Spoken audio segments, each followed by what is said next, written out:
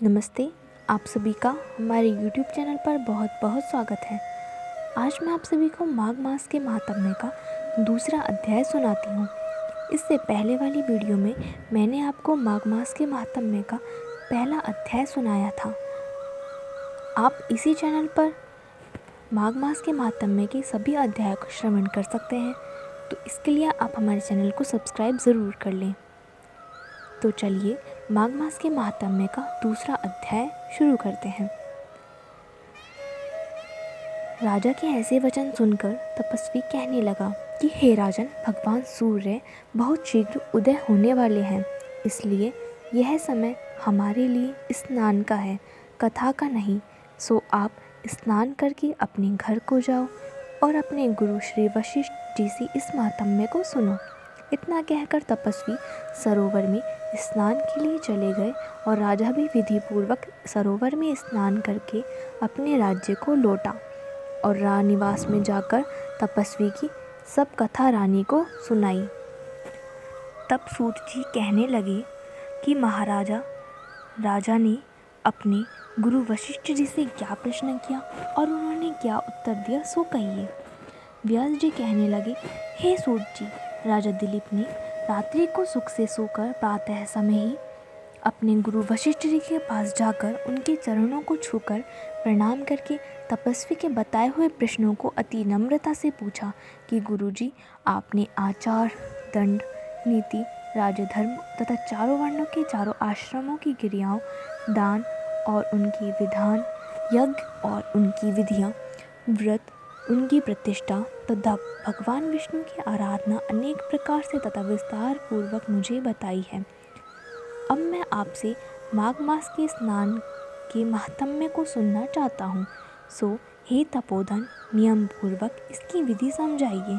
गुरु वशिष्ठ जी कहने लगे कि हे राजन, तुमने दोनों लोगों के कल्याणकारी वनवासी तथा गृहस्थियों के अंतःकरण को पवित्र करने वाले माघ मास के स्नान का बहुत सुंदर प्रश्न पूछा है।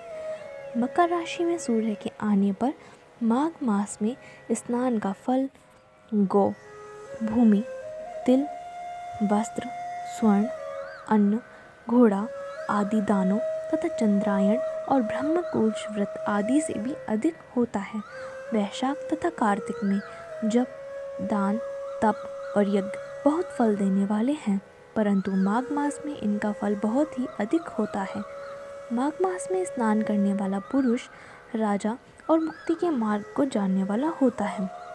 दिव्य दृष्टि वाले महात्माओं ने कहा है कि जो मनुष्य माघ मास में सकाम या भगवान के निमित्त नियम पूर्वक माघ मास में स्नान करता है, वह अनंत फल वाला होता है।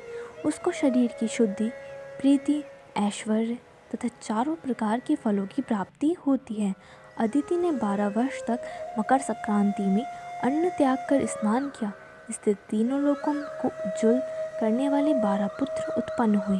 माघ मास में स्नान करने से ही रोहिणी, सुभगा, अरुंधति दानशीलता हुई और इंद्राणी के समान रूपवती होकर प्रसिद्ध हुई। जो माघ मास में स्नान करते हैं तथा देवताओं के पूजन में तत्पर रहते हैं, उनको सुंदर स्थान, हाथी तथा घोड़ों की सवारी तथा दान को द्रव्य प्राप्त होता है। अतिथियों से उनका घर भरा रहता है और उनके घर में सदा वेद ध्वनि होती रहती है। वह मनुष्य धन्य है जो माघ मास में स्नान करते हैं, दान करते हैं तथा व्रत और नियमों का पालन करते हैं। दूसरों के पुण्य के क्षीण होने से मनुष्य स्वर्ग से वापस आ जाता है, परंतु जो मनुष्य माघ मास में स्नान करता है वह कभी स्वर्ग से वापस नहीं आता। इससे बढ़कर कोई नियम, तप, दान पवित्र और पाप नाशक नहीं है। भृगु जी ने मणि पर्वत पर विद्याधरों को यह सुनाया था।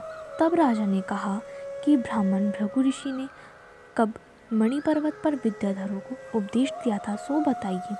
तब ऋषि जी कहने लगे कि हे राजन, एक समय 12 वर्ष तक वर्षा न होने के कारण, सब प्रजा क्षीण होने के कारण संसार में बड़ी उद्विग्नता फैल गई।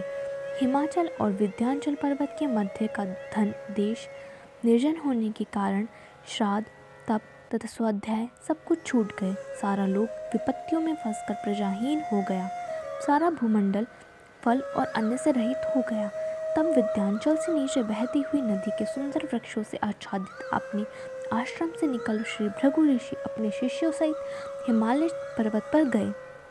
इस पर्वत की चोटी नीली और नीचे का हिस्सा सुनहरी होने से सारा पर्वत पीताम्बरधारी श्री भगवान के सदृश लगता था।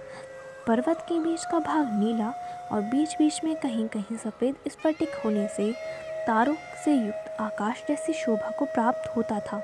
रात्रि के समय वह पर्वत दीपकों की तरह चमकती हुई दिव्य औषधियों से पूरित किसी महल की शोभा को प्राप्त होता था। वह पर्वत शिखाओं पर बांसुरी बजाती और सुंदर गीत गाती हुई किन्नरियों तथा केले के पत्तों की पताकाओं से अत्यंत शोभा को प्राप्त हो रहा था। यह पर्वत नीलम, पन्ना, पुखराज तथा इसकी चोटी से निकलती हुई रंग बिरंगी किरणों से इंद्रधनुष के समान प्रतीत होता था। स्वर्ण आदि सब धातुओं से तथा चमकते हुए रत्नों से चारों ओर फैली हुई अग्नि ज्वाला के समान शोभायमान था।